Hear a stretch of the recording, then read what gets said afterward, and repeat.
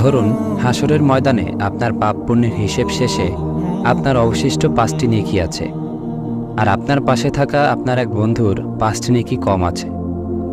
আল্লাহ সুবহানাহু ওয়া তাআলা ফেরেশতাদের আদেশ দিলেন আপনাকে জান্নাতে আর আপনার বন্ধুকে জাহান্নামে নিয়ে যাওয়ার জন্য।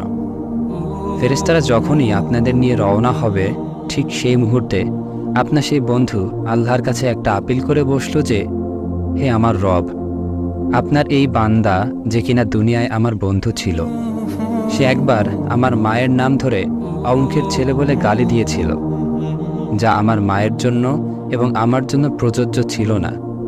আমি তার এই ব্যবহারে অনেক কষ্ট পেয়েছিলাম। আমি এখন তার বিনিময় চাই, হে রব। আল্লাহ সুবহানাহু ওয়া তাআলার আদেশে আপনার জীবন বৃত্তান্ত ঘেঁটে পাওয়া গেল সেই ঘটনার প্রমাণ। তখন আল্লাহ সুবহানাহু ওয়া তাআলা আপনাকে তার মাকে নিয়ে অমুকের বাচ্চা বলে গালি দিয়ে তার মায়ের নামে মিথ্যা এবং তার মনে কষ্ট দেওয়ার জন্য আপনার অবশিষ্ট সেই 5টি নেকি দিয়ে দিতে বললেন। তখন আপনার জান্নাতের আদেশ চেঞ্জ করে জাহান্নামের আদেশ করা হলো, আর আপনার সেই বন্ধুর জাহান্নামের আদেশ চেঞ্জ করে জান্নাতের আদেশ করা হলো। একবার হিসেব করুন তো আপনার সেই অসহায় মুহূর্তের কথা। কি করছেন দুনিয়াতে আপনি? কাকে কি বলছেন? অযথা কাকে গালি দিচ্ছেন? একবার চিন্তা করে দেখুন তো।